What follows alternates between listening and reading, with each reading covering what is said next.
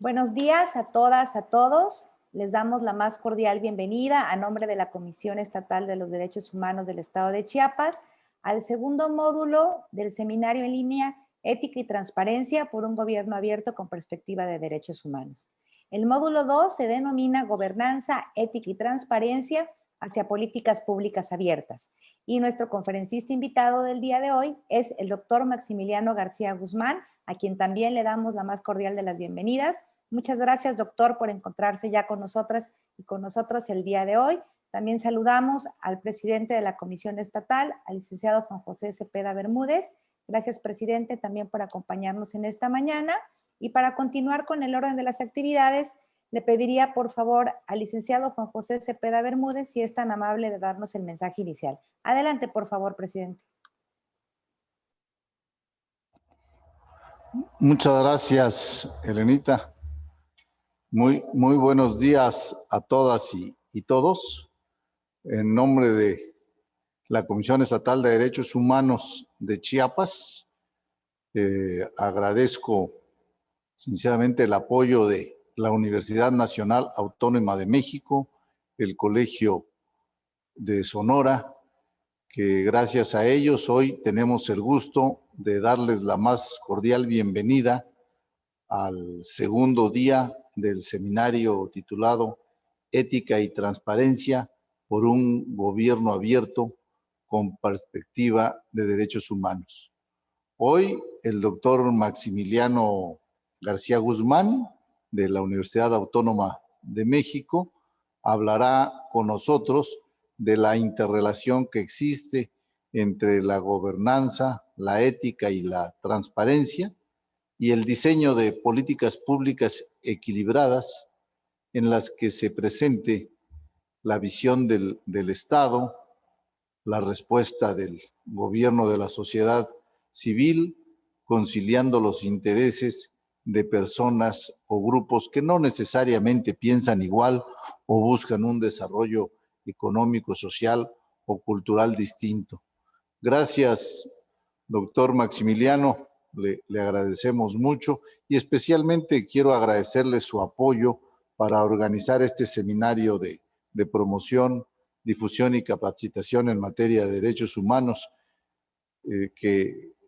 yo sé que sin la intervención de usted esto no hubiera sido posible, y desde luego agradecerle su exposición del día de hoy. En la historia de la sociedad han habido conflictos propios de su época, su propia ética, los valores que distinguen a cada época, y en la narrativa que proponen los derechos humanos, pues se busca reordenar formas de convivencia basándolas en principios y normas de comportamiento que atiendan al bien de la colectividad. Desde luego, dentro de un Estado de Derecho, con valores universales, siempre centrados en el desarrollo integral, pleno de la persona humana. La administración pública es sabedora en Chiapas que el diseño de las políticas públicas y la toma de decisiones deben materializarse en acciones con amplio sentido humano, siempre en beneficio de las personas. Los servidores públicos estamos llamados a que la administración de los recursos se haga con transparencia, honradez, eficiencia. Muchas veces se habla de que esto debe ser así porque los recursos son escasos. No, independientemente de la abundancia o escasez, nuestra responsabilidad es que los recursos públicos se manejen con transparencia, honradez y eficiencia, simplemente porque esa es nuestra responsabilidad ante la sociedad y ante la encomienda que tenemos aceptada. No siempre ha sido así.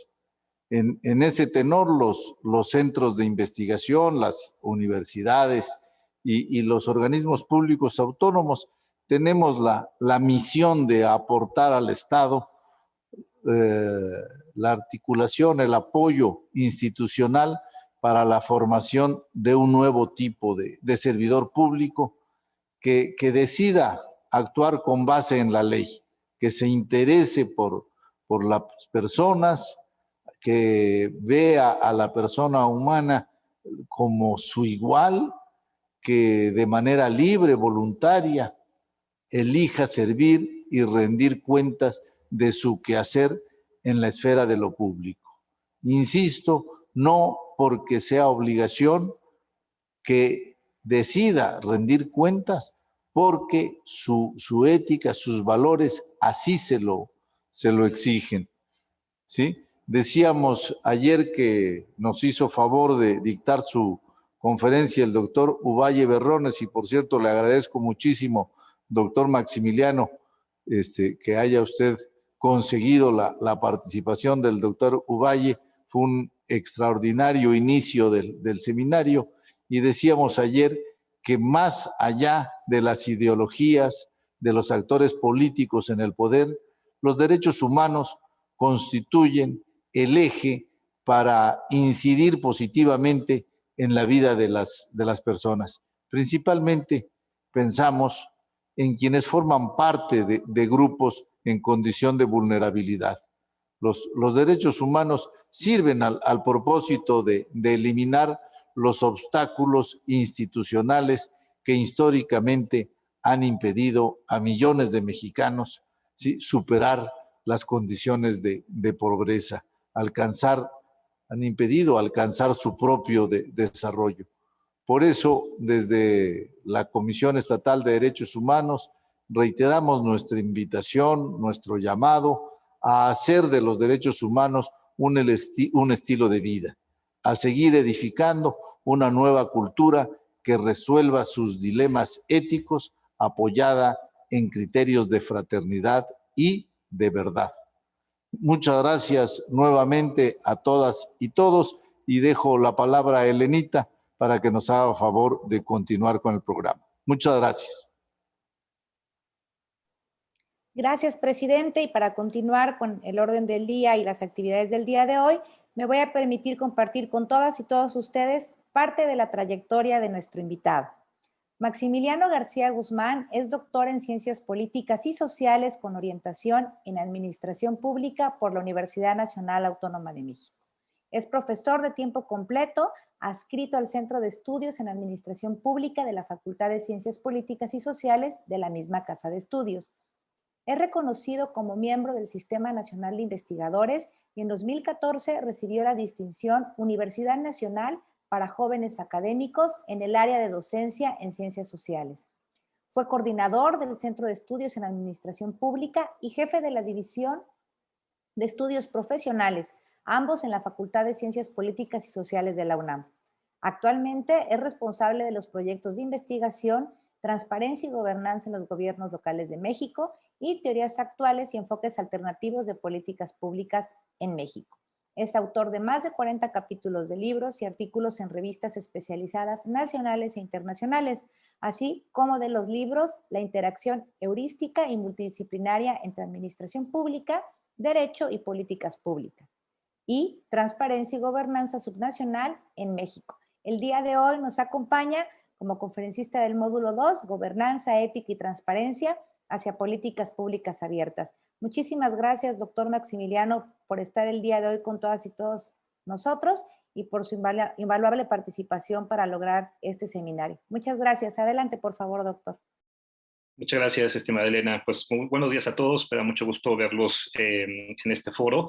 En primer lugar, pues agradecer al presidente de la comisión, a Juan José Cepeda, por este recibimiento tan caluroso, pero sobre todo por favorecer estos ejercicios de intercambio de ideas, sobre todo en un tema tan relevante para nuestro país como es el de los derechos humanos. Además, pues sumado a otro tema que nos parece también fundamental, que es el de la ética y la transparencia, pues me parece que no hay una mejor combinación justamente para explicar estos elementos que él nos presentaba en su introducción. Le agradezco mucho, desde luego, el apoyo que nos ha brindado para este foro a través de la licenciada Elena Jiménez, que también ha sido una pieza fundamental para organizar este espacio. De hecho, debo señalar que Elena fue la iniciativa de poder formar este foro como directora de capacitación del instituto, y pues nos parece una iniciativa que hay que celebrar desde luego, y que pues justamente la idea es aprovecharla y generar esta sinergia institucional que ha habido en este caso entre la Comisión de Derechos Humanos, la Universidad Nacional, a través de los proyectos que encabezamos tanto el doctor Ubaya y su servidor, que justamente como decía el presidente Juan José, pues ayer el inicio del seminario fue de lujo con la intervención del doctor Valle, que pues es uno de los profesores más destacados de nuestro centro de estudios, y pues ustedes ya lo pudieron escuchar el día de ayer. Y pues también tenemos en este caso la participación del Colegio de Sonora con su representante, que justamente el día de mañana también estará por aquí en este espacio, el doctor Víctor Peña, que también es un experto en temas de transparencia y acceso a la información, y pues ya el seminario ya tomando poco a poco forma también con otras dos ponentes excelentes, que es la doctora Amparo Cruz y la maestra Rocío Mollado, que también estarán en este seminario, y pues todo ello pues da cuenta justamente de un esfuerzo institucional que pues esperemos que dé muy buenos frutos al final justamente de estas jornadas. Y pues bueno, además justamente insisto de agradecer la invitación y la apertura de este foro, pues como comentaba el presidente Juan José y la licenciada Elena, pues la idea es abordar un tema que desde luego está vinculada con la idea de derechos humanos, que es pues el eje toral del funcionamiento de la comisión y de este seminario, y nos pareció muy interesante y sobre todo necesario vincular este tema de derechos humanos con otros dos valores que desde luego guían a el funcionamiento de los gobiernos, sobre todo desde el punto de vista de la democracia, que es el tema de la ética y el tema de la transparencia.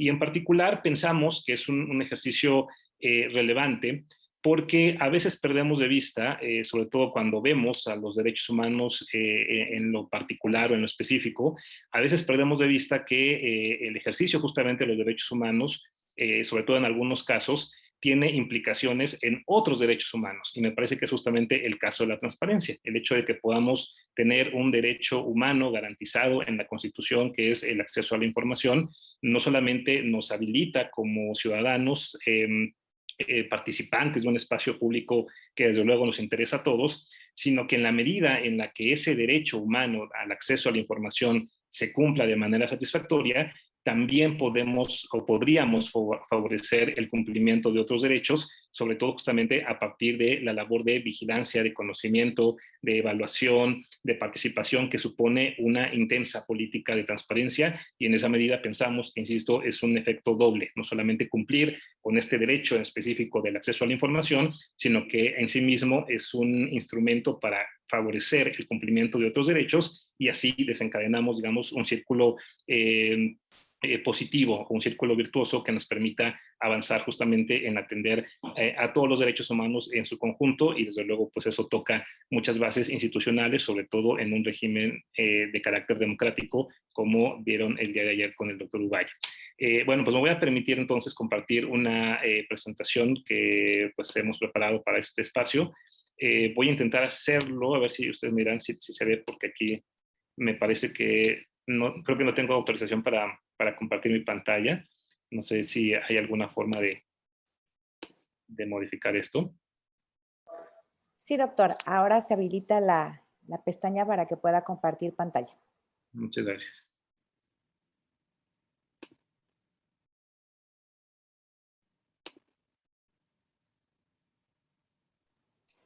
Ahora, doctor, es co-host de la sesión y ya puede compartir su pantalla. A ver, voy a hacer el intento. Pues me sale una leyenda que dice que no se permite que Zoom acceda a mi pantalla. Es un tema de su equipo. Si gusta, me la puede enviar y yo la puedo proyectar desde aquí. De acuerdo. Entonces,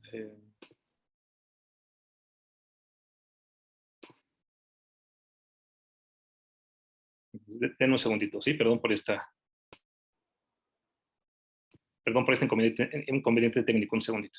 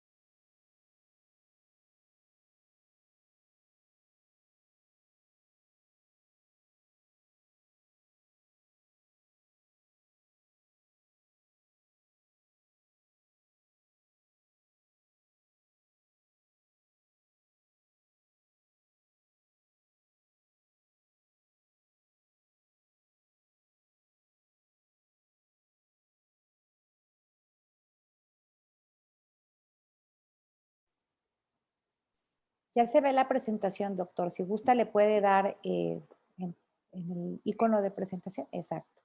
Muchas gracias. Sí, perdón, ya, sí era un tema de mi equipo. Gracias, ya lo puedo resolver. Adelante. Gracias.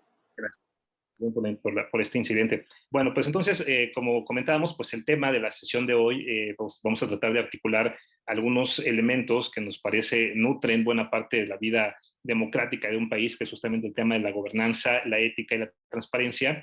Pero la idea es aterrizar estos tres conceptos en un planteamiento que también pues, ha llamado buena parte de la atención del debate especializado sobre política pública y que tiene que ver con esto que se ha dado en llamar en fechas recientes como políticas públicas abiertas, es decir, una forma o un método, digamos, de gobierno en el que existe o coexiste un conjunto justamente de valores institucionales que dan cuenta de una nueva forma de trabajo de las instituciones públicas y que tiene precisamente como antecedente el tema que vieron el día de ayer, que es la idea de gobierno abierto. Las políticas públicas, desde luego, tienen en buena medida su esencia en esta idea de gobierno abierto, pero llevado ya a un punto de vista, digamos, instrumental, a una práctica donde podemos verificar en vivo y a todo color precisamente esos procesos que supone el gobierno abierto y donde el tema de la ética y de los derechos humanos pues son una pieza clave. Justamente buena parte de estas políticas que hemos denominado abiertas tienen precisamente la intención de dar un cumplimiento efectivo a los derechos humanos, teniendo en cuenta diferentes referentes, como puede ser justamente el tema de la ética, de la gobernanza y en específico de la transparencia, que es el punto específico en el que quiero aterrizar ya en la parte final de la exposición. Entonces, pues vamos a iniciar con una primera, un primer elemento, un primer planteamiento de contexto de respecto a dónde estamos situados en este debate de lo que tiene que ver con la gobernanza, la ética, la transparencia y las políticas públicas abiertas. A mí me parece que es muy importante hacer una distinción de inicio justamente para situar en dónde estamos parados con estos referentes que hoy en día tratan de establecer el perfil de este gobierno abierto en el que nos hemos estado moviendo como referente. Y me parece que podríamos hacer en alguna medida, desde un punto de vista histórico y académico, una especie de corte respecto a cómo entendemos este ámbito que nos incluye a todos, que es justamente el del espacio público, y a partir de qué elementos lo caracterizamos, lo definimos y sobre todo lo llevamos a su tratamiento institucional, es decir, cómo responden las instituciones a estos fenómenos que surgen en el espacio de lo público y que desde luego pues tienen implicaciones para todas las personas y para todos aquellos desde luego que se ven impactados precisamente por lo que ocurre en este espacio. Y podríamos decir que el espacio público ha sido justamente uno de los elementos que más se ha transformado en la realidad en los últimos años, y no solamente desde el punto de vista, insisto, empírico, sino también desde el punto de vista conceptual. Hoy en día entendemos el significado del espacio público de una manera distinta a la que lo hacíamos hasta hace algunas décadas, y esto supone también entender la estructura institucional que le da soporte a este espacio público de una manera diferente. Y un concepto que ha permitido justamente esta resignificación de lo que entendemos por el espacio público es un término que acuñó en su momento Karl Popper, justamente uno de los principales teóricos de la democracia, y que es el concepto de sociedad abierta, ¿no? Él ubica en este concepto de sociedad abierta que estamos frente al desarrollo de un tipo de sociedad que ya no encaja, digamos, en los parámetros tradicionales de la democracia electoral, que ya no encaja dentro de los parámetros tradicionales de una democracia formal que se consume sencillamente en las elecciones y en definir en algún sentido las reglas del juego, tanto para la obtención del poder como para su ejercicio, sino que estamos frente a un perfil de sociedad que es cada vez mucho más participativo, cada vez mucho más activo y sobre todo casi beligerante frente a lo que le afecta y frente a aquellos espacios que reconoce que son sus ámbitos naturales de actuación. Y teniendo en mente justamente esta idea de sociedad abierta, esta idea del espacio público se transforma en consonancia y podemos observar una especie de antes y después de lo que ha significado el espacio público, yo diría que en México, pero también en el mundo en general, sobre todo, insisto, en las últimas décadas. ¿Cuáles son estas diferencias específicas que podemos ubicar en esta idea de lo público como nuestro espacio de actuación? Si quisiéramos situarnos en el punto, digamos, del antes, ¿no? Sobre todo teniendo como referencia lo que ocurrió en el siglo XX, nos damos cuenta que lo público básicamente era entendido como sinónimo de lo gubernamental, ¿no? El gobierno abarcaba prácticamente todas las áreas de lo que entendemos como lo público, y en esa medida, pues casi fue un concepto que se apropió. Entendíamos inmediatamente o casi de manera automática que lo público era sinónimo de gobierno. Y si lo público era sinónimo de gobierno, si era una especie, digamos, de patrimonio de las instituciones, eso significa que lo público era definido a partir justamente de la visión que el gobierno tenía de este espacio en particular.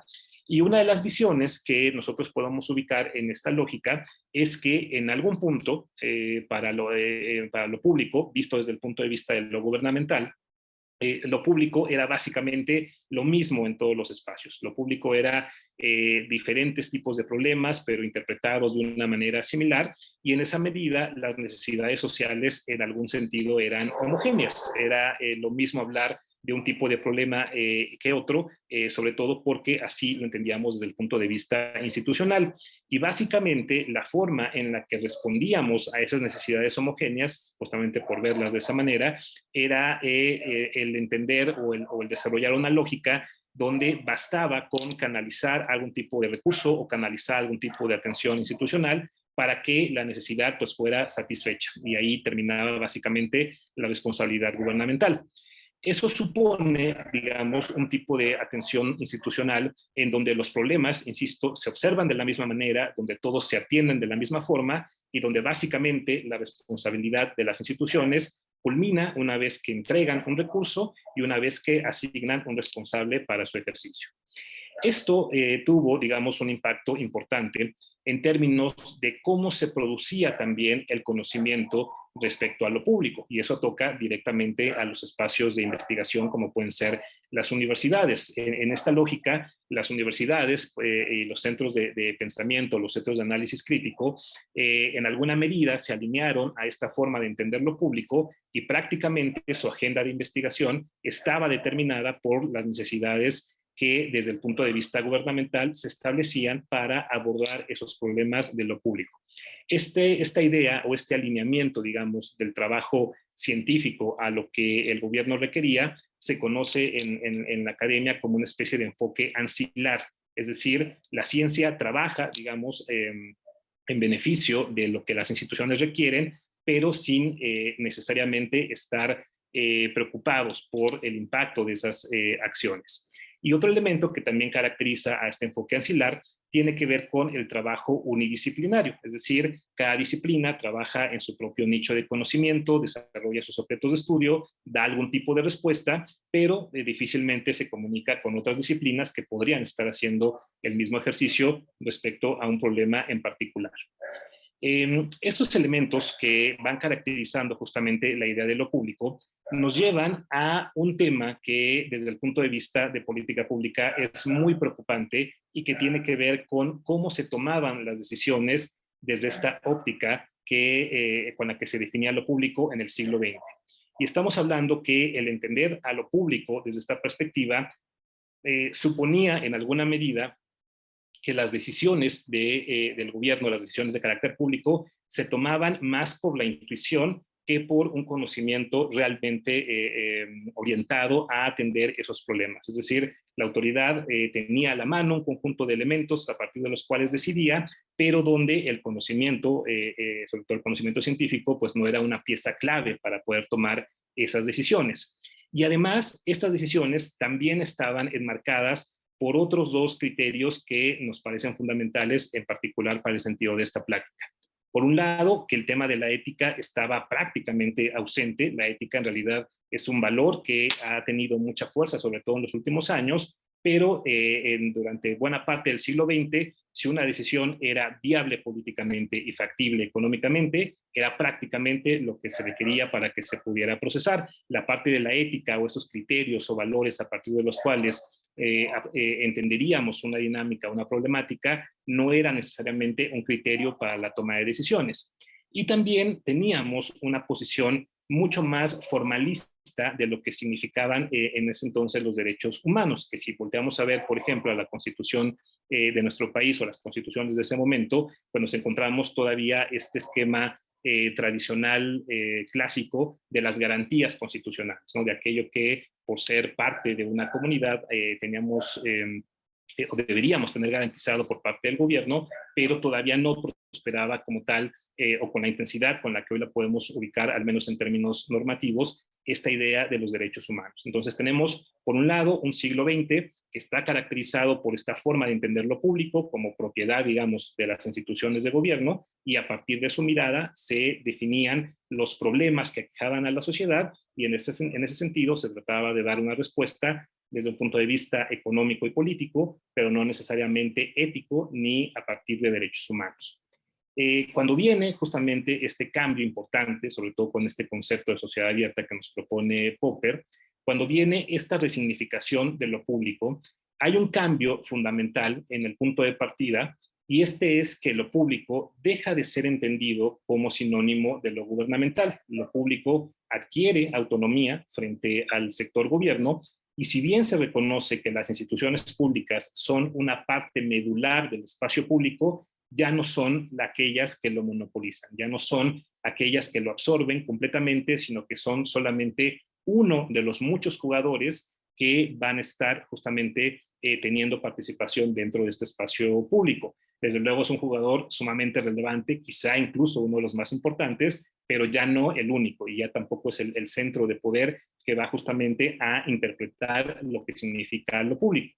En esa medida estamos frente a un cambio de paradigma, porque lo público entonces se convierte en un espacio compartido, en un espacio que no es, suena raro, que no es de propiedad específica de alguien y al mismo tiempo es propiedad de todos, porque todos formamos parte de este espacio desde esta nueva visión.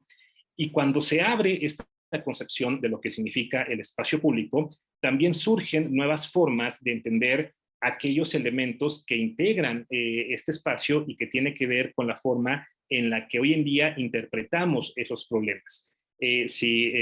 Como comentábamos en el cuadro del siglo XX, los problemas eran interpretados desde el punto de vista de las instituciones públicas, y ahora no. Cuando el espacio público se comparte y cuando nos queda claro que es una propiedad colectiva, nos damos cuenta que los problemas públicos tienen también otro significado. Los problemas públicos ya no son, digamos, tan sencillos o no son tan básicos en términos de su planteamiento, sino que nos enfrentamos ahora a una nueva característica que es su complejidad. Hoy en día reconocemos que los problemas son complejos, y además también reconocemos que coexisten tanto los problemas tradicionales que denominamos estructurales como problemas que van surgiendo a partir de la nueva lógica con la que se ha desplegado esta idea de lo público. ¿Qué ocurre desde el punto de vista, digamos, de la ciencia y de la academia si pensamos al espacio público desde esta perspectiva? Aquí también nuestra forma de generar conocimiento cambia.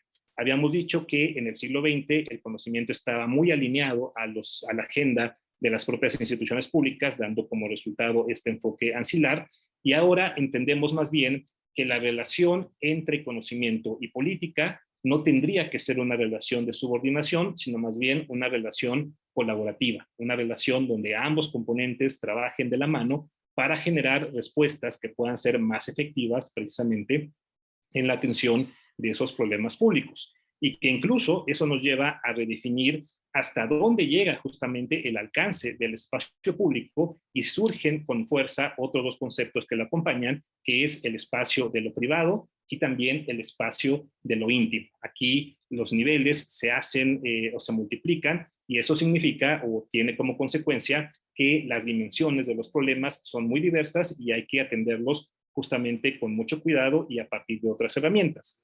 Y aquí también surge como un elemento fundamental en esta nueva forma de entender a lo público y a los problemas, justamente la idea de la ética. La ética aquí sí ya aparece como un valor fundamental. Aquí la ética aparece ya como un criterio que debe estar presente en la toma de decisiones. De hecho, se modifican estas tradicionales 3 Es, ¿no? La eficiencia, la eficacia y la economía, y se integra una más, que en este caso es la ética, justamente para indicar que no basta con que la solución a un problema público sea viable políticamente y que sea factible económicamente, sino que también debe ser una solución ética, que respete la integridad de las personas, que respete esta redefinición de la que hemos hablado de lo público, lo privado y lo íntimo, y sobre todo que esté guiada a partir de valores públicos, que para las políticas públicas son fundamentales.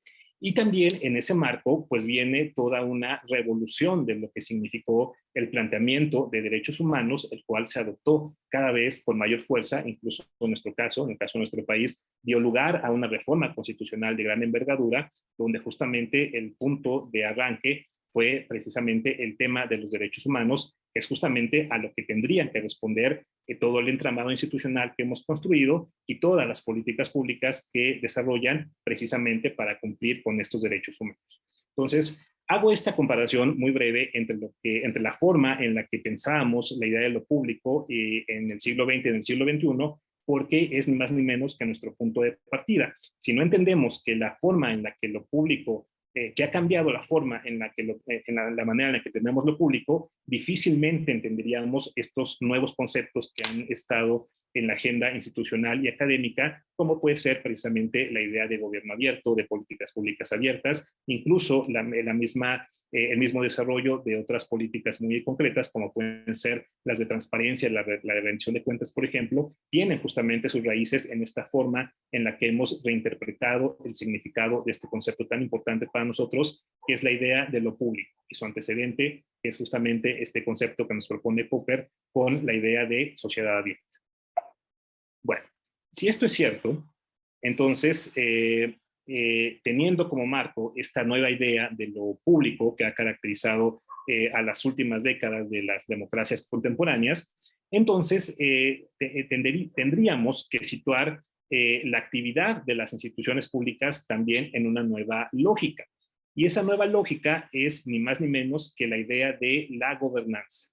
La gobernanza ha sido justamente también uno de los conceptos que ha sido producto de esta reinterpretación de lo público y que ha obligado a que tengamos que repensar la forma, no solamente en la que definimos al gobierno, sino también la forma en la que lo diseñamos y la forma en la que lo operamos. Se trata de un esquema, insisto, como lo vieron en la sesión anterior, donde el gobierno ya no es el actor único, se trata de un esquema donde la toma de decisiones tiene que ser colaborativa, donde los recursos no son propiedad de las instituciones, sino que son propiedad pública, y en esa medida su control, su ejecución, su desarrollo también tiene que darse bajo una nueva lógica, y en esencia estamos frente a una posición mucho más horizontal y mucho más abierta del ejercicio del poder público.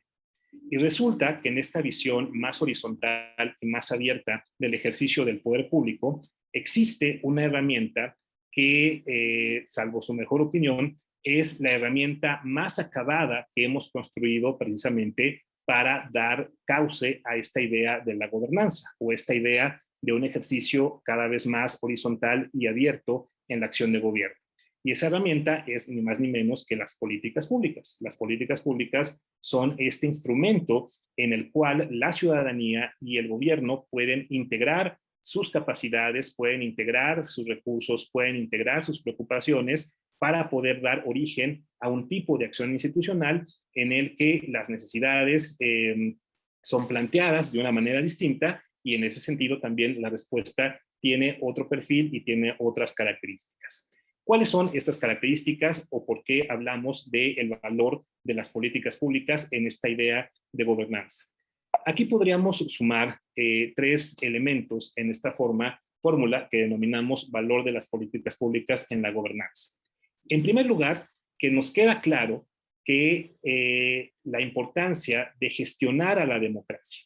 La democracia nos suena muy atractiva, ¿no?, en términos de planteamiento, cuando nos dicen que todos somos ciudadanos libres, que todos participamos en elecciones en igualdad de circunstancias, donde nosotros somos los responsables de elegir a nuestros gobernantes y además de estar presentes en la gestión de sus actividades, pero en realidad ese planteamiento, que insisto suena muy atractivo, no es un planteamiento que se materialice en automático. La democracia hay que construirla, la democracia hay que gestionarla, hay que darle un cauce, hay que darle bases que precisamente hagan de la democracia una forma cotidiana de vida y no solamente un referente en los discursos político-electorales. Eso significa que la democracia también es un producto que se gestiona. Y esa gestión de la democracia la hacen ni más ni menos que las políticas públicas. Es en este espacio donde la ciudadanía participa para poder definir qué tipo de problema es el que le está quejando, pero también para poder definir qué tipo de solución se le va a dar a esa necesidad. Y eso nos habla ya de una visión de la democracia mucho más tangible, porque está conjuntando actores que de otro modo estarían actuando por separado y que no tendría, pues básicamente, ningún tipo de impacto su actividad. Pero también es importante señalar este punto en el marco de este seminario, porque es a partir de esta gestión de la democracia que podemos ver el cumplimiento de esto que denominamos derechos humanos. Es a partir de la gestión de políticas públicas que atienden temas de alimentación, de salud, de educación, de participación, de debido proceso, de transparencia, de rendición de cuentas, de todos los derechos humanos que nos consigna nuestra Constitución, es precisamente a partir de estas políticas que se gestiona la democracia y que además se cumple justamente de manera práctica con estos derechos humanos. Por eso es muy importante situar esta relevancia de las políticas en el marco de la gobernanza a partir de la idea de gestión de la democracia. Y otro componente que también se suma a esta fórmula es que las políticas públicas, desde el punto de vista de la gobernanza, permiten que el gobierno actúe con sentido público y también que actúe con un sentido ético. Esto nos puede parecer pues casi una obviedad, decir, pues claro que el gobierno actúa con sentido público porque está integrado por instituciones públicas, pero esto no siempre es así. Aquí habría que preguntarnos qué es eso del sentido público, qué definimos justamente como aquellos valores a partir de los cuales se va a orientar la actuación del sector gubernamental y que tendrán que verse reflejados en políticas públicas en específico. Y afortunadamente el tema de la ética ha cobrado una relevancia muy marcada para guiar justamente esta actividad del sector gubernamental para que se tomen en cuenta estos principios, ¿no? Hoy en día es muy común ver, al menos en el papel, instrumentos muy importantes como pueden ser los códigos de ética que orientan las actividades de las instituciones públicas y que incluso también ha dado origen a estructuras que dan seguimiento a esos códigos, como pueden ser justamente los comités de ética que están prácticamente instalados en todas las instituciones públicas. Entonces, esto nos habla de que los valores que van a orientar la actividad de gobierno tienen que ser muy claramente definidos y tienen que estar amparados bajo esta visión de lo público que hemos dibujado, pero también desde esta visión de lo que entendemos por la ética, como este conjunto de principios y de valores que van a guiar la actuación de las personas en circunstancias específicas.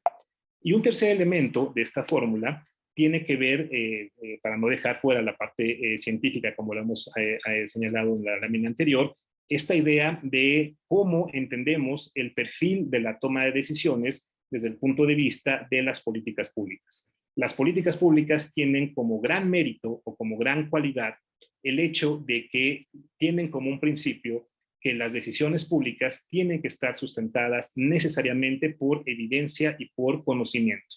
Si este requisito fundamental no está presente, regresaríamos a estos viejos tiempos de tomar decisiones por intuición, por adivinanza, como ya lo comentábamos en la lámina anterior, y más bien la idea ahora es que el conocimiento científico realmente tenga una utilidad que salga de los muros de las instalaciones donde se produce y tenga efectos muy concretos en la forma de vida o en las formas de vida que podemos registrar justamente en el espacio de lo público, pero también en el espacio de lo privado e incluso dentro del espacio de lo íntimo. Si logramos articular estos tres factores, la gestión de la democracia para el cumplimiento de derechos humanos, la actuación de un gobierno con sentido público y además ético, y además el respaldo de la toma de decisiones a partir de la evidencia y del conocimiento, podríamos generar más o menos un esquema de esta naturaleza. Un esquema donde esté presente la legitimidad, es decir, la presencia de la ciudadanía, que además esté sumada a la efectividad, es decir, toda la capacidad que tienen las instituciones para poder atender demandas desde el punto de vista de gestión, pero también desde el punto de vista ético.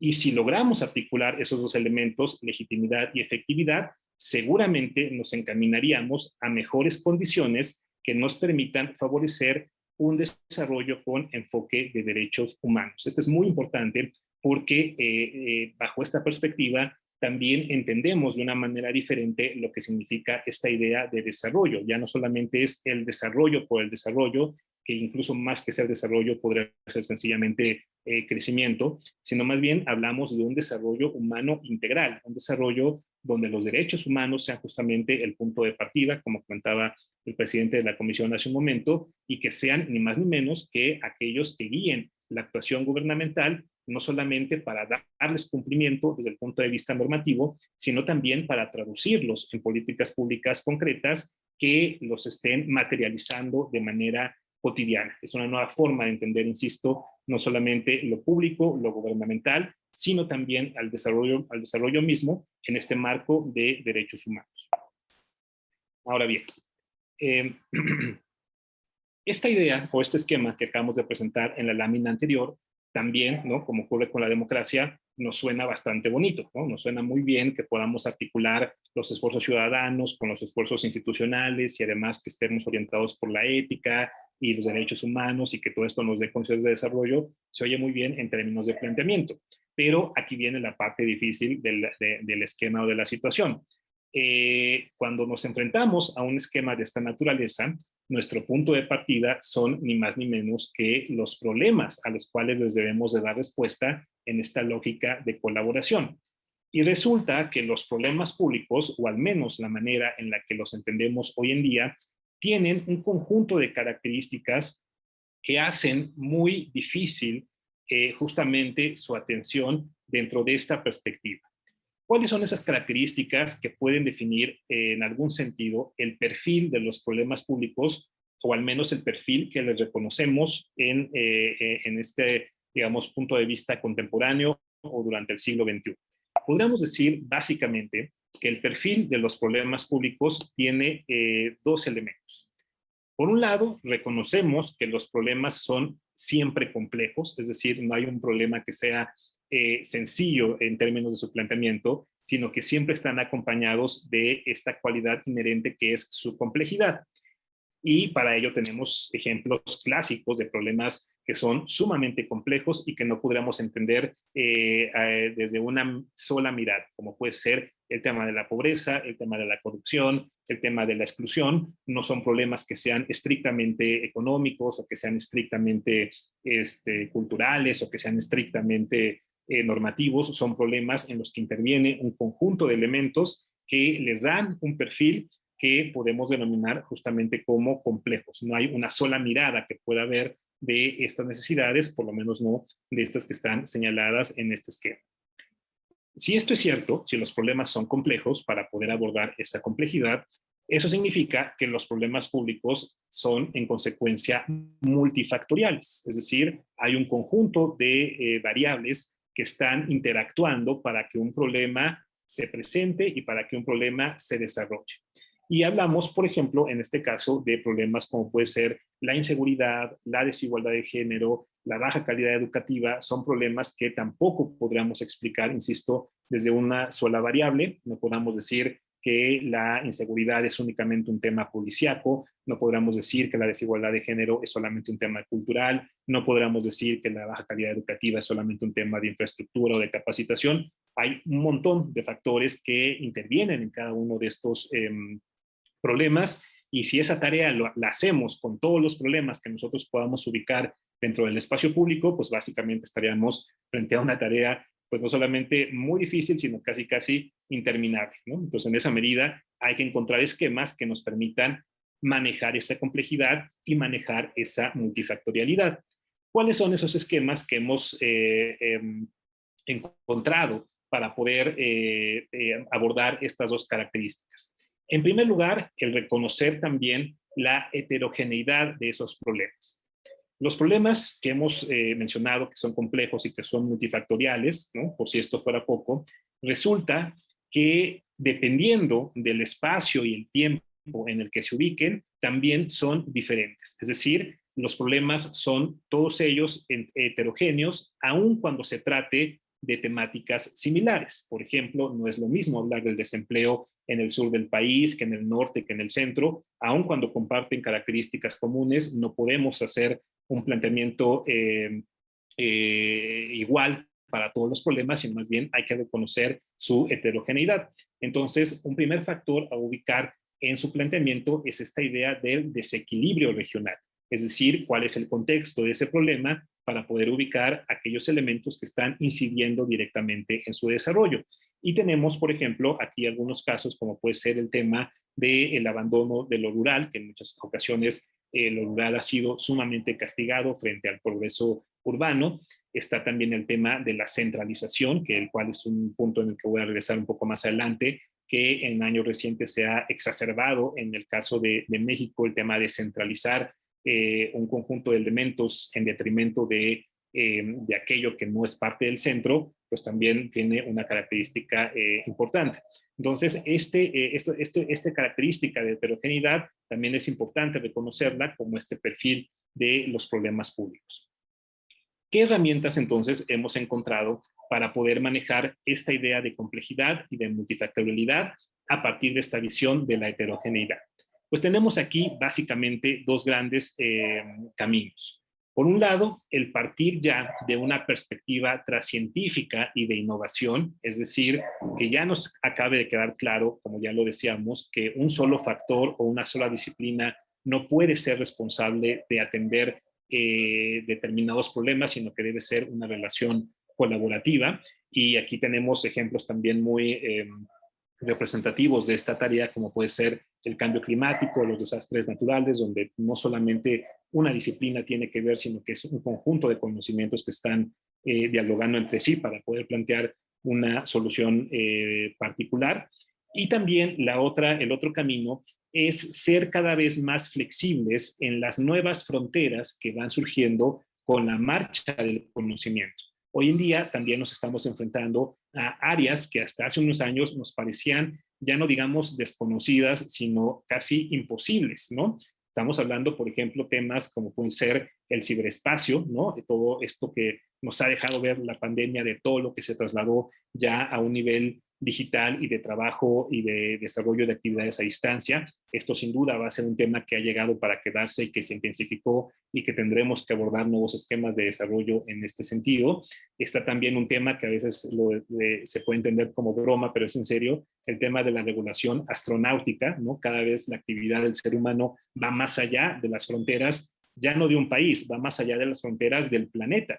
Y estamos entonces ahora tratando de colonizar nuevos espacios, como puede ser otros planetas, otros satélites, y eso sin duda nos presenta dilemas en términos de regulación astronáutica. Hoy en la mañana escuchaba alguna noticia sobre los avances que está haciendo China en este sentido, y sin duda va a ser un tema que va a estar marcando la agenda de los próximos años. Y también tenemos dilemas bioéticos. Nos vamos de lo astro, ¿no? Nos vamos a lo micro, como puede ser dilemas bioéticos que tienen que ver con clonación, que tienen que ver con interrupción del embarazo, que tienen que ver con temas de eutanasia, de modificación genética, es decir, hay un conjunto de avances científicos que están alterando la estructura de la vida como la conocemos y que también nos supone nuevos retos en términos de plantear esas necesidades, de plantear esos problemas, y donde aquí sí también vemos de manera clara instalada el tema de los derechos humanos, porque muchas veces esos dilemas bioéticos tienen que ver desafortunadamente con la competencia entre ciertos derechos, ¿no?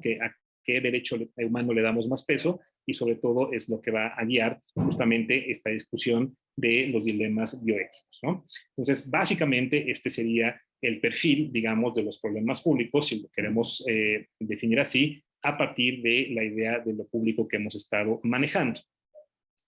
Si estos problemas públicos tienen esas cualidades, y si ya dijimos que las políticas públicas son la herramienta más acabada que tenemos para poder dar respuesta a estos problemas, hoy en día se ha tratado de impulsar este concepto de políticas públicas abiertas que intenta justamente recuperar lo mejor de la política pública, pero ya filtrada a la luz de estos nuevos referentes que son el gobierno abierto, que es la gobernanza, que es la ética, que es la transparencia y que son los derechos humanos. y que nos da justamente como resultado este concepto de políticas públicas abiertas. Pero ¿qué son? ¿Cómo podríamos definirlas de manera específica? En primer lugar, de acuerdo con la tipología que se ha más o menos generado a nivel académico, podríamos decir que las políticas públicas abiertas básicamente están situadas en tres dimensiones. Por un lado, políticas públicas abiertas pueden ser aquellas que articulan, que dan forma y que profundizan los pilares del gobierno abierto, como ya vieron en la sesión anterior: transparencia, rendición de cuentas, participación, colaboración y uso de tecnologías, ¿no? Las políticas abiertas o políticas públicas que tienen que ver con estos temas son denominadas en algún sentido políticas públicas abiertas. Pero no solamente nos quedamos ahí. Hay otro ámbito de políticas públicas abiertas y que son aquellas que por su forma de realización mejoran alguna de las etapas del ciclo de las políticas. Es decir, tienen influencia en la forma en la que se construye un problema público, tienen influencia en la forma en la que se lleva la agenda, en la que se diseña la solución, en la que se implementa y en la forma en la que se evalúa. Es decir, son nuevas formas de hacer el ciclo de políticas desde una perspectiva, insisto, de carácter abierto. Y un tercer bloque define a las políticas públicas abiertas como aquellas que transforman las capacidades de las políticas públicas y les asigna una nueva naturaleza. Ya no solamente son instrumentos de gobierno, sino que son instrumentos de co-creación que permiten que los actores que inciden en ellas tengan un conjunto de cualidades y un conjunto de impactos que pueden ser verificados. Esto ahorita lo voy a especificar en el siguiente punto, ¿no? Pero bueno, tenemos en primer lugar que las políticas públicas pueden ser de cualquiera de estos tres tipos, ya sea que profundicen algún pilar del gobierno abierto, ya sea que mejoren alguna etapa del ciclo de las políticas, o ya sea que modifiquen estructuralmente en términos de co-creación la acción del gobierno. ¿Cuáles podrían ser, entonces, ahora sí, las cualidades de las políticas públicas abiertas? ¿Qué las caracteriza frente al concepto de política pública en general? ¿Por qué decimos que son abiertas? El primer elemento que hace que una política pública sea abierta tiene que ver con su fin o con su propósito. Y en este caso, el fin o el propósito de una política pública ya no solamente es en específico generar un resultado, sino que una política pública abierta quiere realizar es producir valor, valor de carácter público. Esto es bien importante porque nos da otro panorama de las políticas públicas. ¿Cómo lo podremos ver con algún ejemplo? Vamos a suponer que tenemos una política pública que tenga como propósito, como objetivo, el dar becas a estudiantes de escasos recursos para que puedan justamente continuar con sus estudios. Aquí, desde el punto de vista tradicional, la política pública cumple en la medida en la que da las becas y comprueba que justamente otorgó ese apoyo y hasta ahí llegamos. Pero cuando hablamos de políticas públicas abiertas, es decir, que tienen la intención de crear valor público, tenemos que ir un paso más allá. Ya no solamente me interesa saber si di en tiempo y forma la beca, sino si esa beca en efecto tuvo un impacto en términos de la permanencia del estudiante en la escuela, pero también si eso permitió un mejor aprovechamiento y si ese mejor aprovechamiento permitió el desarrollo de nuevos tipos de comportamiento y una mejor integración a la comunidad o al ámbito familiar o al ámbito escolar, y se van desencadenando un conjunto de cosas que se convierten en beneficios sociales concretos. A eso es a lo que denominamos valor público, que el valor no se quede solamente en la persona que está recibiendo el beneficio, sino que ese valor se multiplique y llegue a un ámbito colectivo mucho mayor. Ese es, digamos, el propósito que busca ahora la política pública abierta. El segundo elemento es que, desde el punto de vista de las políticas públicas abiertas, el esquema de trabajo tendría que ser definido a partir de lo que se conoce como horizontalidad corresponsable. Y aquí pongo el énfasis en la idea de la corresponsabilidad. Una política pública sabemos que desde luego es horizontal en términos de que convoca a actores de la sociedad civil para su planteamiento. Pero a veces pensamos que la participación de la sociedad es un elemento que o cubrimos de manera muy formal, armando por ahí algunos diálogos o algunos foros de consulta y hasta ahí, o a veces pensamos que la participación va a ser como la solución a todos nuestros males y no. En realidad, aquí lo que nos dicen las políticas públicas abiertas es que la participación de la ciudadanía tiene que ser estratégica, debe tener un propósito muy específico y además debe ser corresponsable de lo que ocurra con la acción de gobierno. Y cuando decimos que la participación debe ser corresponsable con la acción de gobierno, queremos decir que la participación ciudadana también no solamente debe asumir los beneficios, sino que también debe asumir los costos. Cuando la decisión es compartida, no solamente se equivoca, de ser el caso la autoridad, sino que a veces también se equivoca la ciudadanía. La ciudadanía no es el antídoto para el error. La ciudadanía, en términos de participación, ayuda mucho porque nos da una orientación clara de hacia dónde puede dirigirse la acción de gobierno, pero en este sentido la participación tiene que ser corresponsable. Tenemos que empezar a formar ciudadanía a partir de indicarle a la participación pública qué se está haciendo bien y qué no se está haciendo tan bien. Por eso hablamos de una horizontalidad corresponsable, donde los actores de la sociedad civil asuman los beneficios, sí, pero también donde se asuman los costos del error. Otra característica de las políticas públicas abiertas es la participación no excluyente, que es un tema con el cual están lidiando cotidianamente prácticamente todas las democracias del mundo. Todas las democracias, por más abiertas que sean, siempre tienen límites en términos de la participación y sobre todo si la situamos en ambientes muy restrictivos, como puede ser el caso de Latinoamérica o el caso africano o el caso de Medio Oriente, donde las democracias todavía no están consolidadas y en donde encontramos muchas brechas en términos de exclusión, encontramos muchas brechas en términos de qué tanto realmente la ciudadanía puede sumarse a estas actividades donde puede hacer, donde puede manifestar sus inquietudes. Y aquí hablamos concretamente de brechas muy específicas, como puede ser las brechas tecnológicas.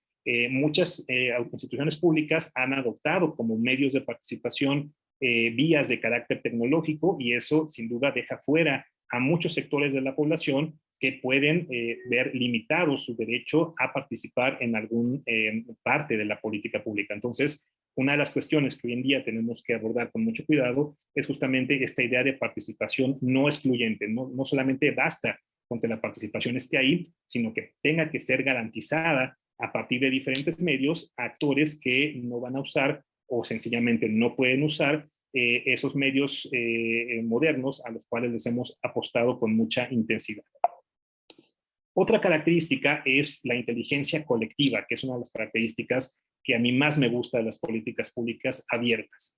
Porque si hablamos, como en todos los puntos anteriores, de que la participación pública tiene que estar ahí, tiene que ser estratégica, tiene que ser no excluyente y tiene que ser horizontal y corresponsable, esto significa que la participación nos abre una forma, o nos abre más bien una oportunidad para aprovechar saberes que tradicionalmente hemos excluido, ¿no? Esta idea de poder escuchar al otro y de aprender del otro se rescata en este esquema de política pública abierta, porque en este sentido nadie tiene la verdad absoluta. Sí podemos trabajar con evidencias, podemos trabajar con datos que seguramente van a orientar la discusión y la toma de decisiones, pero eso no significa que tengamos que desechar saberes que pueden parecer incluso muy tradicionales, pero que resultan de suma utilidad. Aquí me gusta mucho, y por eso la coloco de manera textual, una definición que nos da Levy sobre inteligencia colectiva y nos dice que se entiende como una inteligencia repartida, valorizada constantemente, es decir, se está produciendo y reproduciendo y desarrollando a partir de la crítica, que está coordinada en tiempo real. Para que sea efectiva, para que sea colectiva, tiene que darse de manera coordinada en tiempo real y además tiene que conducir a una movilización efectiva de las competencias. Es decir, ese conocimiento nos tiene que llevar en consecuencia a la toma de decisiones y a la ejecución de las mismas. Eso podemos entender como inteligencia colectiva. Y finalmente, desde esta perspectiva de las políticas abiertas, el último elemento que las caracteriza es la idea de evaluación deliberativa. Este elemento también es muy importante y también toca directamente temas de ética y derechos humanos, porque la evaluación deliberativa es ni más ni menos que la posibilidad de disentir, la posibilidad de analizar, la posibilidad de criticar, la posibilidad de difundir aquello que pensamos y con lo que no estamos de acuerdo. La evaluación, sabemos, es parte del ciclo de la política pública, pero desde el punto de vista de las políticas abiertas, la evaluación ya no solamente es esta fase en la que conocemos los resultados, sino que más bien es el punto de partida para que a partir de esos resultados se genere debate público, se critique lo que se está haciendo, se propongan nuevas medidas y, lo más importante, se fortalezca la acción que estamos llevando a cabo. Y para eso se requieren dos derechos humanos fundamentales en este esquema. Por un lado, la libertad intelectual, es decir, la libertad que yo tengo de formar mi propio criterio, y además la posibilidad de crítica, de razón y de diálogo, que tiene que ver con derechos de libertad de expresión, de asociación, de manifestación, que dan insumos justamente a esta práctica de la evaluación deliberativa. Bueno, a partir de este planteamiento, ¿no?, de las políticas abiertas, para ir ya cerrando esta plática, a nosotros nos ha interesado, esto lo voy a dar de manera muy rápida por cuestiones de tiempo, pero si quieren más adelante lo podemos abordar. A nosotros nos ha interesado entender y tratar de situar cómo es que esta lógica de las políticas públicas se da en ambientes donde pensamos que la gobernanza puede ser un referente importante y donde pensamos que realmente la participación de la ciudadanía puede ser un vehículo para fortalecer la acción de gobierno, sobre todo, insisto, en materia de derechos humanos. Y para ello, perdón, me voy a saltar estas dos láminas que tienen una valoración que, insisto, después podamos regresar a ella. Nosotros hemos intentado hacer una investigación que les voy a platicar muy rápido para ya cerrar la plática, que tiene que ver con una pregunta muy particular. Si la transparencia y el acceso a la información en México, entendiendo que es uno de nuestros derechos humanos, si estas políticas de transparencia y acceso a la información realmente han generado esquemas de gobernanza, sobre todo en el ámbito subnacional, es decir, en los estados que integran el país. ¿Por qué lo planteamos así? Lo planteamos así porque, si bien hemos avanzado mucho en términos de construir normas y leyes en materia de transparencia, eso no ha llevado necesariamente, al menos esa fue nuestra hipótesis, eso no ha llevado necesariamente a que la decisión de la autoridad sea compartida, no ha llevado necesariamente a que las instituciones públicas actúen bajo esquemas de gobernanza, es decir, de colaboración y de apertura, ¿no? Entonces, eso es lo que nosotros queremos verificar. Y para eso desarrollamos una investigación a partir de la cual realizamos solicitudes de información a instituciones del ámbito estatal, tanto del Poder Ejecutivo como del Poder Legislativo y del Poder Judicial. En particular, enviamos a 191 instituciones un banco de preguntas a partir de solicitudes de información que ustedes pueden ver en pantalla. Les preguntamos el marco jurídico con el que operan sus áreas de transparencia, les preguntamos las sanciones que aplican a servidores públicos que no cumplan con sus responsabilidades en esta materia, les preguntamos por la estructura e integración de su comité de información, les preguntamos por el perfil de quien integra este comité de información y, algo que es muy importante para nosotros, los temas sobre los cuales reciben solicitudes de información y el perfil de los solicitantes. Como se dan cuenta, no son preguntas que comprometan en ninguna medida secretos de Estado, son preguntas que pueden contestar muy fácilmente, casi con copy-paste, sobre todo en la primera pregunta nos pueden pegar el marco jurídico y con eso responden, y quisimos poner a prueba a las instituciones en este sentido, insisto, instituciones de carácter estatal. Pero además, una vez que recibimos las respuestas, quisimos valorar la calidad de esas respuestas. Y para ello definimos y diseñamos un instrumento de ponderación, es decir, de cómo medimos la calidad de esas respuestas. Y el esquema que creamos se integra con 5 rubros, que básicamente responde cada rubro a un puntaje. El puntaje menor, que es de 1, significa que o no nos dieron respuesta, o bien nos dieron respuesta, pero en una plataforma deshabilitada. Por ejemplo, que el link que nos mandaban simplemente no existía. Asignamos el número 2 cuando nos respondían cuestiones que no habíamos preguntado, es decir, nos respondieron lo que quisieron, nos dieron materia no solicitada.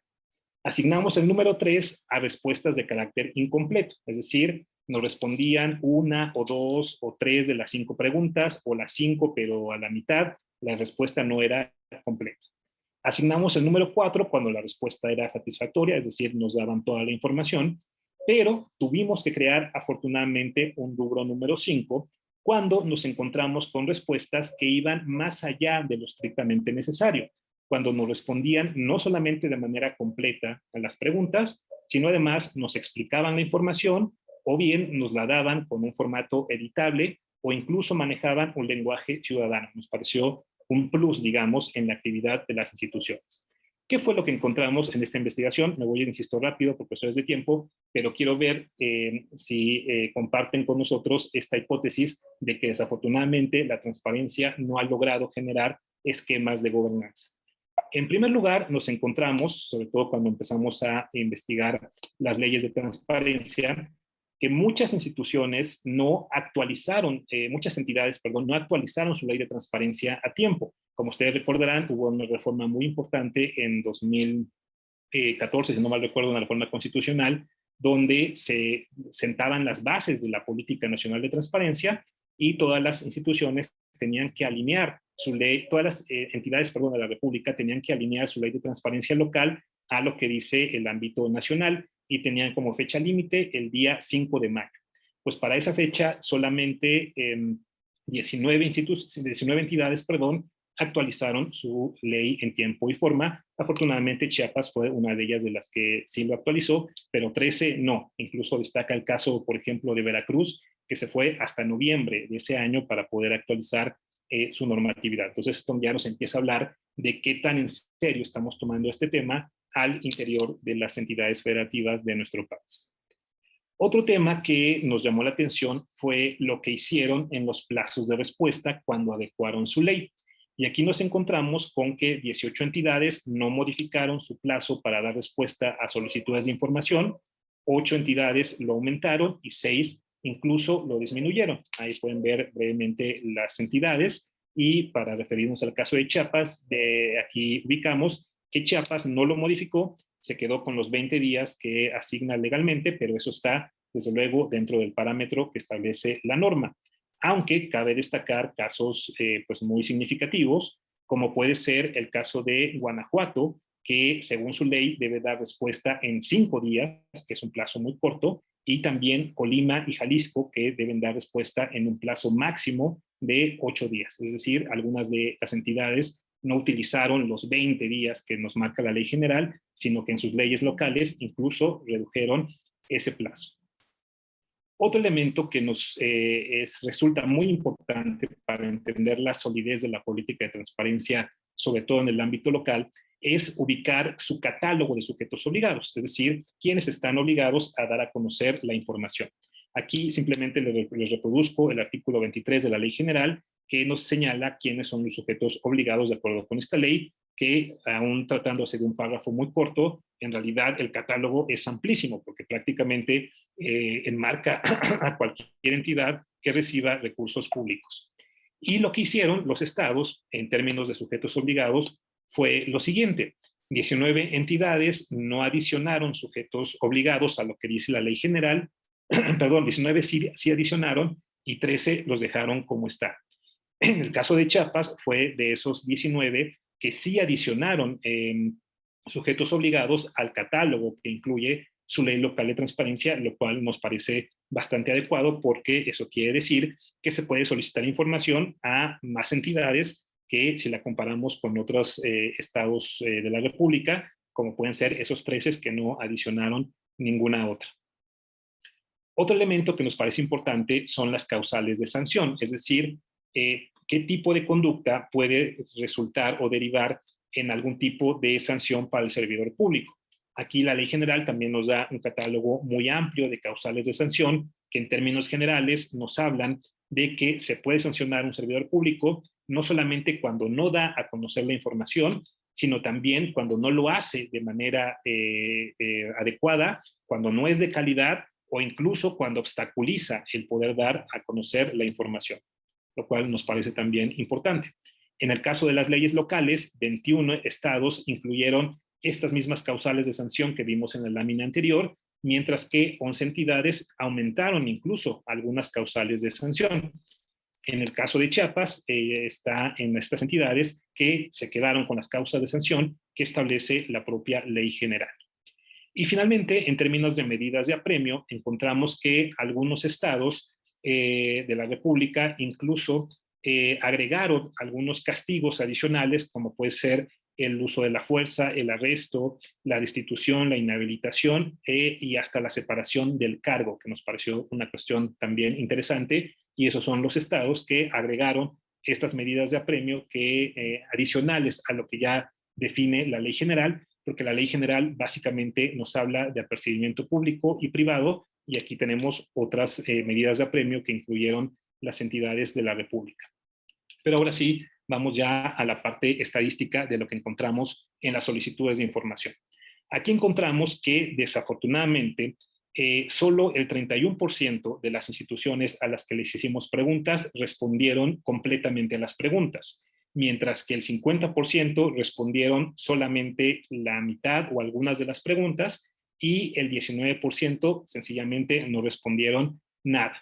En este caso, afortunadamente, Chiapas fue de los estados que sí no respondió de manera completa a la solicitud de información, lo cual es un dato en principio alentador. Aquí está una gráfica en términos de municipios, que esta no me meto mucho porque es un tema en el que ya ni siquiera quisimos entrar cuando vimos este resultado, cuando el 52% de los municipios consultados no nos dieron ningún tipo de respuesta y 48% sí, pero fueron respuestas incompletas. Y aquí dijimos, por una cuestión muy práctica, ya no avanzamos con municipios porque seguramente no vamos a encontrar mucha materia de trabajo.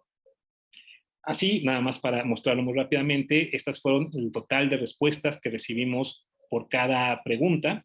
Como se darán cuenta, la pregunta 1, que tiene que ver con el marco jurídico, fue la que más respondieron, mientras que la pregunta 3 y 5, que tienen que ver con la estructura del comité de información y los temas sobre los que reciben solicitudes de información, fueron los que menos respuestas nos dieron. Esto, visto así, estos números nos indican que únicamente obtuvimos respuestas del 53% de nuestro universo, que no está muy lejano de lo que veíamos en el ámbito municipal. Pensábamos que en el ámbito estatal estábamos un poco mejor, pero estamos casi en el mismo plano. Solamente 50% de las instituciones a las que se hacen solicitudes de información pueden dar una respuesta más o menos efectiva de las consultas que se les hace. Y si nos vamos al tema de la calidad, ahí también encontramos un panorama no tan alentador. Este es el cuadro general de resultados. Les recuerdo que manejamos un esquema del 1 al 5, donde el 5 es la máxima puntuación. En este caso, nuestra entidad en comento, que es Chiapas, tuvo una calificación promedio de 2.46. Esto significa que dio información, pero la información era en general no completa, ¿no? Es más o menos el lugar en el que la podemos ubicar. De hecho, ocupó el lugar 20 de las 32 entidades a las que se les hizo consulta, y quien mejor respondió a las solicitudes de información fue el Poder Legislativo y quien peor respondió fue el Poder Ejecutivo. Esta es solamente una gráfica también general para que vean el promedio nacional quedó en 3.01. Las entidades que dieron mejor respuesta en términos de calidad fueron Oaxaca y Sonora, con los respectivos promedios que ustedes ven ahí, mientras que las peores fueron, curiosamente, Ciudad de México y Chihuahua, para que vean que ser la capital del país no asegura dar una respuesta con calidad en términos de solicitudes de información. Esta lámina es la que nos parece más relevante, que son los temas recurrentes en materia de solicitudes de información. Aquí lo que nosotros queríamos ver es qué está preguntando la gente, qué nos interesa como ciudadanos conocer y qué es lo que nos iba a orientar sobre si estábamos interesados en participar en discusiones de problema público de derechos humanos que generaran estos esquemas de gobernanza, y la respuesta es desafortunadamente no. seguimos como ciudadanos muy centrados en preguntar cuestiones administrativas, es decir, cuánto gana el gobernador, cuánto ganan los diputados, cuánto ganan los funcionarios, a dónde se van de viaje, con qué viáticos, con qué presupuesto, cuáles son las estructuras orgánicas en términos de personal. Nuestras consultas siguen siendo todavía muy administrativas y siguen todavía estando muy alejadas de áreas que tienen que ver justamente con el ejercicio de derechos. Este es un primer elemento que desafortunadamente nos lleva a inferir que nuestra hipótesis es correcta. Todavía la ciudadanía no está apropiándose del derecho de acceso a la información para informarse sobre temas que le atañen en su vida cotidiana y que en muchas ocasiones son temas justamente de derechos humanos. Y eso nos lo reafirmó, bueno, este es el caso de Chiapas también para que vean simplemente los temas sobre los cuales se hicieron consultas. Varios de esos temas son de carácter judicial, que tienen que ver con expedientes, con sentencias. En el caso del legislativo, con algunas de sus sesiones, y hasta ahí siguen siendo temas todavía muy procedimentales. Esta hipótesis también se vio reafirmada cuando entramos al análisis del perfil de los solicitantes. Este perfil también nos deja claro que el derecho de acceso a la información sigue estando concentrado en núcleos muy específicos de la población, en concreto en investigadores, en estudiantes, en periodistas, en alguna medida en empresas y el propio gobierno. Esos son los actores que están utilizando el acceso a la información, es decir, el grueso de la población sigue muy alejada de este derecho tan importante. Y eso nos habla de que no hemos sabido transmitir la relevancia de este derecho a las personas. No nos ha quedado claro todavía, en términos prácticos, que la información es poder y que yo puedo hacer uso de este derecho humano para mejorar mis condiciones de vida a partir justamente del derecho de acceso a la información. Finalmente, tratamos de encontrar algún tipo de relación que desafortunadamente no fue muy consistente, pero quisimos hacer el ejercicio, respecto a si había alguna relación entre los días que transcurren para dar a conocer la información y la calidad que se obtiene de las respuestas. Es decir, el sentido común en alguna medida me diría que entre más me tarde en responder una solicitud de información, seguramente lo voy a hacer de mejor forma, porque me estoy tomando el tiempo de hacerlo con mucho cuidado. Pero desafortunadamente la evidencia nos muestra que no es así. El hecho de que las instituciones tarden mucho en responder solicitudes de información no significa que lo hagan con calidad. Al contrario, esa es una cuestión que nos empezó a llamar la atención. Instituciones que daban respuesta rápidamente a solicitudes de acceso a la información, curiosamente eran las instituciones que mejor respondían en términos de calidad. ¿Por qué? Es algo que todavía no sabemos, estamos tratando de explorar, pero inferimos que son entidades que en alguna medida están más comprometidas con el derecho de acceso a la información, que están tratando de que este pueda germinar más en la población, es decir, que se están tomando en serio el tema y en esa medida dan respuestas más rápidas, más efectivas y además están promoviendo precisamente la cultura de la transparencia al interior de sus comunidades.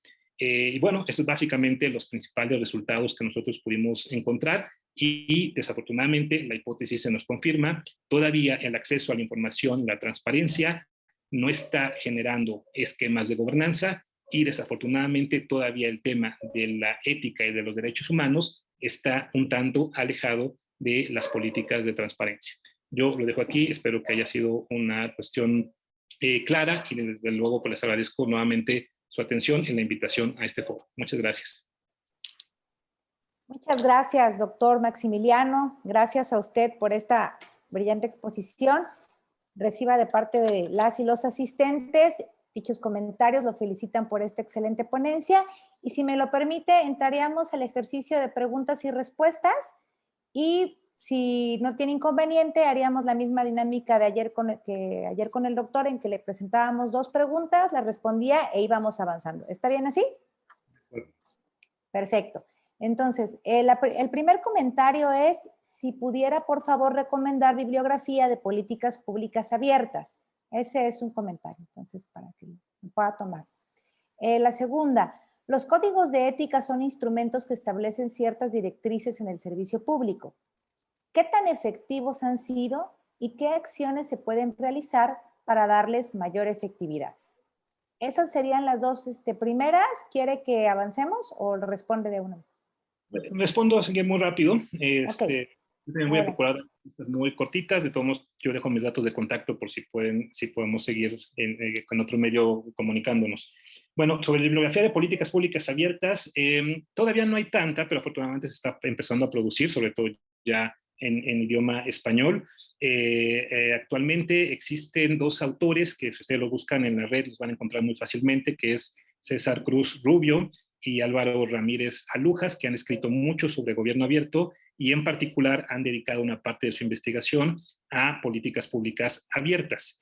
Y en particular, quizás este es una especie, no comercial, pero bueno, tiene un poco de eso. El doctor Ubaya justamente está preparando un libro sobre gobierno abierto y a mí me tocó escribir el capítulo de políticas abiertas, que esperamos que salga ya a finales de este año. Entonces ahí también podrán encontrar otro material y ahí podrán ver más bibliografía. Pero por lo pronto, para que empiecen a empaparse del tema, les sugiero en primer lugar a estos dos autores, César Cruz Rubio y Álvaro Ramírez Alujas. Ese es respecto a la primera parte. La segunda, de los comités de ética. Miren, esta pregunta es un tanto difícil de responder, sobre todo por la forma en la que entendemos a los comités de ética. Y aquí, quizá más que una respuesta académica, les quiero contar una experiencia personal. A mí me ha tocado formar parte de diferentes comisiones de ética, tanto en ámbitos gubernamentales como en ámbitos académicos. Y la idea, se va a escuchar mal, pero la idea es que los comités de ética no funcionen. Es decir, que los comités de ética no tengan materia de trabajo, porque eso significa que no hay controversias éticas que resolver, ¿no? Esa es, digamos, como la esencia de un comité de ética. Sin embargo, cuando los comités de ética sí tienen que actuar porque hay alguna controversia que tienen que resolver, aquí las limitaciones desafortunadamente son muchas. Y la primera de ellas, y que es la más importante desde mi punto de vista, es definir hasta dónde llega la ética. Cuándo un comportamiento lo podemos juzgar desde el punto de vista de la ética y cuándo lo tendremos que juzgar ya desde otra perspectiva, por ejemplo, de carácter jurídico. Y les pongo un ejemplo muy básico. Si ustedes están en una institución y de repente algún colaborador sustrae un equipo de cómputo, eso es un delito, ¿no? Está haciendo una actividad que es tipificada como robo. Eso lo procesamos a partir de mecanismos jurídicos, a partir del área legal de nuestra institución, o lo procesamos también desde el punto de vista de la ética. Desde luego hay transgresiones éticas, pero aquí lo que se está materializando es una conducta delictiva. Entonces, ¿qué tanto o no pueden intervenir áreas como los comités de ética en otras instancias donde el tipo de debate y de análisis es diferente? Es decir, hasta dónde llega la ética y hasta dónde llega la ley. Quizá la forma en la que podemos solucionar esta controversia es una especie como de principio que se ha generado y que es más o menos el siguiente, que aquellos espacios donde no opera la ley es donde entra justamente la ética. Si algo no está regulado estrictamente como ilegal, eso no significa necesariamente que sea ético. Y entonces aquí sí ya entra esta comisión de ética a poder desarrollar algún tipo de actuación. Y me parece que buena parte del funcionamiento de estas áreas de ética, desde luego, tiene que ver con su diseño, cómo están construidas. Y aquí pongo el ejemplo también de algunas instituciones que me ha tocado conocer en términos académicos. Hay instituciones que tienen sus comités de éticas integrados por los propios funcionarios de la institución, es decir, son juez y parte, y así no pueden funcionar esos comités de ética. Y lo voy a decir así abiertamente porque no es un secreto, lo pueden ver en su marco institucional. Las auditorías superiores, por ejemplo, así tienen sus comités de ética integrados. Sus comités de ética están integrados por el propio personal de la auditoría, y no solamente el propio personal, sino también este personal son los ámbitos directivos. Entonces son juez y parte de lo que ocurre en esos espacios. Entonces aquí tendríamos que pensar en una forma distinta de organizar justamente esos comités de ética, haciendo uso del concepto de apertura, abrir esos comités y que puedan participar personas que sean ajenas a esa institución, al menos en términos de jerarquía, ¿no? Yo creo que ese sería un par de recomendaciones muy puntuales. Gracias, doctor. Vamos a continuar con las siguientes preguntas. Ángel Patricia nos pregunta, ¿cómo deben actuar las políticas abiertas cuando buscan agregar valor y respetar derechos humanos de una comunidad, pero en el ejercicio se contraponen con otros derechos humanos de otro grupo. Y un poco ligado a esta pregunta, también nos pregunta la consejera Sofía Sánchez, ¿cuál es su opinión respecto de la obligación de realizar consultas a pueblos indígenas, entre paréntesis, convenio 169 OIT, cuando las leyes o políticas públicas que se van a impulsar les afectan directamente? ¿Considera que México ha avanzado al respecto? Esas serían las dos siguientes preguntas, doctor. Muchas gracias. Pues son preguntas también muy interesantes y que de hecho están pues justamente como en los límites de la discusión. Yo creo que incluso son preguntas en las que la propia literatura no tiene respuestas definitivas. Pero bueno, vamos a intentar aterrizarlas un poco más. ¿Cómo articular en políticas públicas abiertas, así interpreto la primera pregunta, cómo articular en políticas públicas abiertas derechos que están en competencia? Esta es uno de los grandes dilemas del enfoque de política pública y que se ha intentado resolver de manera relativamente fácil, pero no por eso de manera efectiva. ¿Cuál ha sido más o menos el esquema? El esquema ha sido que en política pública siempre va a haber ganadores y siempre va a haber perdedores, ¿no? Ese es un hecho, ¿no? Y eso lo podemos ver en el caso de estos derechos en competencia. Cuando se hace una política pública privilegiando un derecho, eso supone, en el mejor de los casos, que no estamos privilegiando otros, pero también supone, en el peor de los casos, que estamos afectando a otros, ¿no? Entonces aquí hay una relación de ganar-perder muy marcada. Aquí la forma en la que se ha intentado resolver esto es que estos derechos que responden a los valores que encarnan las políticas públicas no son planteamientos definitivos. Es decir, el que hoy en día se decida una política pública que privilegie un valor sobre otro, no quiere decir que esta situación va a ser definida de ahora y para siempre. Las políticas públicas, y que esa es una nueva rama de investigación de las mismas, las políticas públicas han entendido muy bien que gran parte de su naturaleza tiene que ver con su construcción discursiva, es decir, cómo construimos el discurso que le da soporte a una política pública. Y ese discurso se define en función del valor que queremos impulsar en una política, cómo lo entendemos, cómo lo procesamos, cómo lo proyectamos y cómo situamos su relevancia frente a otros valores. ¿Son decisiones difíciles? Sí, pero desafortunadamente eso le toca ni más ni menos que al gobierno, porque para eso es gobierno, tener que tomar una posición frente a qué valor vamos a elegir frente a otros que están en competencia y que, insisto, pueden incluso ser afectados por ese valor que estamos eligiendo. No hay una forma, hay una forma en la que podamos dar al mismo tiempo satisfacción a dos valores en competencia. Desafortunadamente no, pero eso no significa que sea una situación que vaya a ser permanente. Depende mucho de cómo se construya el discurso de ese valor y cómo se vaya alimentando en términos de signos y de simbología la construcción de cierto planteamiento para que en un futuro se pueda cambiar. A lo mejor lo estoy planteando desde un punto de vista muy doctrinal, pero aquí les recomiendo un tema que puede ser interesante para los que tienen esta inquietud, que puedan explorar una nueva área de estudio de las políticas públicas, que, insisto, es su construcción discursiva, su construcción en términos de desarrollo de valores y de símbolos y de signos que van formando opinión pública y que van orientando la discusión de los valores que están justamente en competencia. Esa es una primera cuestión que les puedo sugerir. Y la otra, la que tiene que ver con la obligación de realizar consultas, en principio no me parece una mala idea, pero si nos vamos a este planteamiento de la participación corresponsable, tenemos también que abordar con mucho cuidado sobre qué vamos a hacer consultas. Eso es un punto fundamental. Se han hecho, por ejemplo, investigaciones, sobre todo de carácter muy local, en donde se les ha preguntado a la ciudadanía si está de acuerdo o no con tal política. Y a veces la opinión que tiene un sector de la población frente a una política es muy distinta a los efectos que realmente está teniendo esa política. Y lo pongo como ejemplo.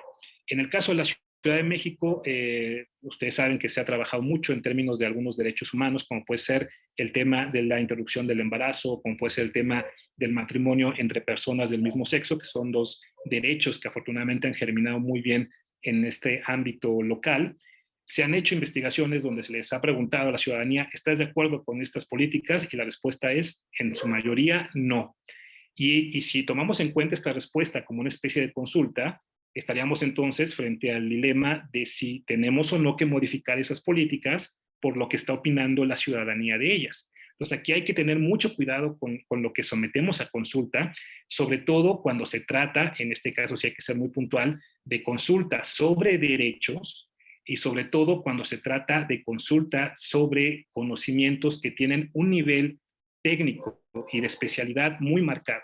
A mí me parece que esos dos elementos, más que someterse a consulta, tienen que abordarse de otra manera y en esa medida tejer el entramado institucional que dé soporte a esas consultas, ¿no? Es un punto que me parece fundamental.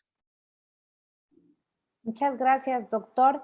Y a continuación, ya por cuestiones de tiempo, yo le puedo hacer llegar las preguntas a su correo y también remitírselas a las personas que han quedado en espera en el chat. Le pediría, por favor, al licenciado Juan José Cepeda Bermúdez, presidente de la Comisión Estatal de Derechos Humanos de Chiapas, que nos haga los comentarios finales. Adelante, por favor, presidente.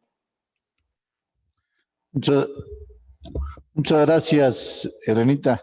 Efectivamente, creo que nuevamente nos comimos el tiempo, pero con una exposición brillante. Realmente valió la pena. Yo se lo agradezco muchísimo, doctor Maximiliano, pero además quiero reconocer esa gran capacidad de síntesis que tiene, porque pues se abordaron muchos aspectos del gobierno abierto que nos fueron llevando claramente desde la comparación de lo que era el gobierno antes a lo que son los conceptos actuales en un gobierno abierto. Y la verdad que yo creo que todos anhelamos, eso es lo que yo creo que no hay duda de que todos deseamos, de llegar a un gobierno abierto, que yo agregaría una palabra. Cuando se habla de un gobierno abierto, tendríamos que agregarle de que va a ser un gobierno maduro, aquel que incluye a todos, aquel que permite el ejercicio de las libertades, aquel que respeta los derechos humanos. Pues bueno, fue muy claro. A mí hubieron conceptos que la verdad ni siquiera los había yo analizado a cabalidad, y con esta oportunidad que el doctor Maximiliano nos ha dado, bueno, fui tomando mis notas, que estoy seguro me van a ayudar a muchos momentos de reflexión, y no solo en la comparación que hizo, en la presentación de los problemas multifactoriales. Efectivamente, hay problemas muy complejos. Yo creo que todos quisiéramos erradicar la pobreza, erradicar las desigualdades, la inseguridad, la desigualdad de género, la baja calidad de educación, ¿sí? Todos estos problemas que sabemos y en los cuales todos somos actores corresponsables, pues ejercer nuestra responsabilidad siempre con esa vocación de servicio, con ese compromiso que no debemos olvidar, que en la medida en que la comunidad, en la medida en que la sociedad, en la medida en que la mayoría estén bien, vamos a estar bien cada uno en lo individual. Siempre tener la conciencia de anteponer el bien de la colectividad sobre el bien personal para poder alcanzar este reto, esta madurez que claramente nos ha planteado, y además de una manera técnica también el doctor Maximiliano. Yo la verdad le felicito, doctor, porque además preparó usted una presentación muy completa. Yo estoy muy agradecido. No quiero extenderme ya más, porque quisiera yo aprovechar para agradecer también a quienes se conectaron de otras comisiones estatales de derechos humanos, organismos públicos como el de Chihuahua, el de Veracruz, el de Yucatán, Tabasco, me dicen, y también algunos ayuntamientos no solo del estado de Chiapas, sino también del estado de Hidalgo, de Veracruz, Martínez de Martínez de la Torre, de Ciudad del Carmen, Campeche, de Salto de Agua, Chiapas, de Juárez, Chiapas, del municipio de Centro, de Villahermosa, Tabasco. Bueno, muchísimas gracias por su participación. Yo sé que es imposible tener todo el tiempo que se deseara para ahondar, pero doctor, permítanos expresarle nuevamente nuestro agradecimiento y le voy a pedir a Elenita que nos haga favor de exponer en la pantalla el reconocimiento que estoy seguro que suscribimos todos quienes hemos tenido la oportunidad de escucharle y de abrevar de su experiencia y sus conocimientos vastos, sin duda. Muchísimas gracias, doctor. Le dejo la palabra a Elenita para cerrar y perdón si me excedí un poquito, pero bueno, estoy muy contento y muy agradecido. Muchas gracias, doctor. Es el contrario. Nuevamente, doctor Maximiliano, muchísimas gracias por todo el apoyo para la realización de este seminario y en especial por esta charla que tuvo hoy con todas y todos nosotros. Y para cerrar esta actividad les pediría a todas y a todos, para quienes les sea posible, prender sus cámaras para que nos podamos tomar una fotografía en compañía de nuestro invitado del día de hoy.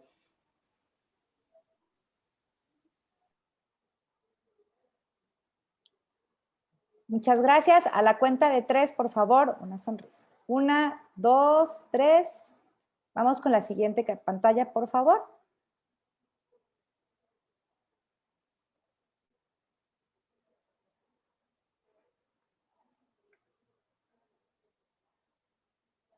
Muchísimas gracias a todas, a todos por su atención, por conectarse el día de hoy. Les esperamos mañana en el tercer módulo de este seminario. Muchas gracias, presidente, y a usted, doctor Maximiliano, por esta gran exposición. Que tengan todas y todos un muy buen día. Saludos, consejera Sofía, también a usted. Que tengan un buen día a todas y todos. Gracias, mucho éxito con la conclusión del seminario. Gracias, Juan José, un gusto y un honor. Muy agradecido con tus palabras, muy amable.